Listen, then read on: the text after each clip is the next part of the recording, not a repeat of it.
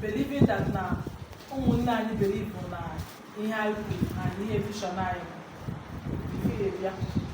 anyị nọ na-ekwu na ihe anyị chọrọ ime bụ ka enwee one united onwe enwe one voice one mission and ebe ọbụla anyị kwulie anyị meet go great people through onye anyị anọ ebe a lot of people, you know. So anyị meet go ebe ọ na-akwulie o nwere ụdị nne ji na-apụta ndị anwa na-arụ nwere ụdị chọọ ya na-enwe ana ha nwee chọọ ya anwa o mee m ka amụta na aka Chukwu dị ya maka na mgbe ikwuru okwu mmadụ kwụsị gee gị ntị that means na o nwere ihe ikwuru make sense onye aji kwụsị gee gị ntị and that means like that day ịkpọ ya gịnị a na-akpọ ọsụnọ mistake anọ m na-akwụpụta n'ime ga ihe na-ekwu maka focus na ihe a na-eme mana mgbe ọ na-ekwuzi mba ọ bụrụ mistake akpawazi ya like that the same day a young man amam ihe mekwa mkpọ ya ọsịmewo na mkpọda m si ewo no mistake the point is necessary that message no bụ mistake no divine connection. This same young man nọ na press or a young man nọ na east so ọsị m na ya chọrọ ịbịa ka ya hụ m ebe ka m nọ ka m kọwara ihe m chekatara ihe anyị chekata wee kọta ụdị vision anyị na-aga because na ya hụrụ vision a na o nwere ebe ọ na-aga o nwere ike mpe n'anya etu anyị na-akụ ya na mana ihe ga-apụta na ya gara ọ ga-ashọk everybody. Ndị nọ na America epost na Facebook ndị nọcha America hụ ya na-akpọ m etu a everybody was calling and a na-abịa ala iso na-enye manager nyekwa manager ọtọ m ụjọ nọ na nteta ụlọ sị Chineke what did I get myself into? I like a quiet life mana mgbe Chukwu ga-eyuzu gị ọ ga-epushu ọ ga-surround gị with people ga-enyere gị aka make a difference. Ihe niile gwara anyị bara anyị ntị ebe a o nwere ihe ikwuru ihe anyị ji na-ekwu maka Canada ọ bụ sọsọ Canada wụ just like ihe anyị na-ekwu gbasara ụmụazị anyị inwe ihe ha na-eme like m kwulie na phone before pipe bịa that n'ije obodo oyibo eto anọcha na a lot of youth nọ idle because of circumstances anyị hụrụ onwe anyị n'obodo anyị and all this difficult and sorry to say ndị suppose retire ekwezi retire so na-emezi ụmụazị anọgidezi anagide ama m ihe na like mgbe m na-agụ akwụkwọ bụ social studies ma leaders of today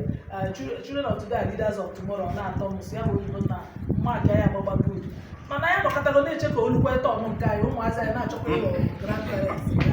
so ọnya bụ ihe a so ịhụzie nwata gị gụchala akwụkwọ kemgbe 10 years ọ na-agaghị ya dị angry amamụ na nke mụ na Facebook nke gbalụ certificate ya niile ọkụ onye ọkụ all frustration na because we need ịgbụ ya ọkụ certificate documents a nwere ọkụ na ọga ọrịa n'obodo o nwere obodo ọ ga-aga and ya bụ ihe anyị na-try to sew in na ndụ ụmụazị now na platform anyị why we are getting to ebe ahụ ị na-ekwuru na ka anyị meet ndọ ka enweta n'ihe engagele ụmụazị anyị ma ndị ka dị young among us ka nwere ike ịpụrụ ọrụ maka na like I said before ịbụ obodo oyibo ndị dị abụ aja dị n'ala you always use them as example ịpụta Canada ị na-aga n'ụzọ iwe n'iwe maka na ịgafe 7 bụ ndị India ịpụta ụmụlụ ọfịs ebe mbatara one young Yoruba bụ a young lady onye Yoruba 27 years she was a manager there and mana iwe na-ewe ndị a na that lady nọ na level ọnụ ọkpụ ha gwụghị okwu ha na-ewe iwe a na-agwa gị anọkọta dị m ahụzi gị lady ha kpapụrụ ya dị so etu a ka o si wee dị ebe a nnọkọta na-asa na ụlọ n'obodo ndị ọzọ bụrụ a na-ekwu resist nke ha na-apụ anwụrụ n'obodo ndị ọzọ maka na ha wụ majority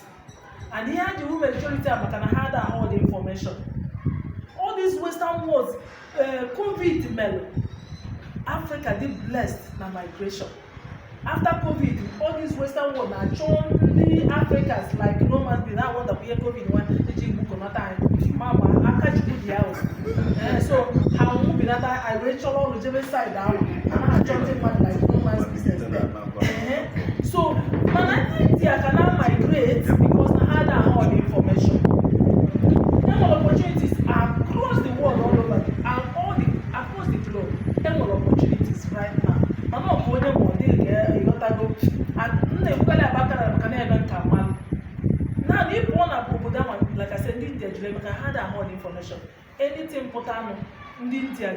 mmati ya na before challenge more than 50 people amata gị ha na migrate ofu ga-akpọrọ mmadụ 50 wee migrate because no sell out.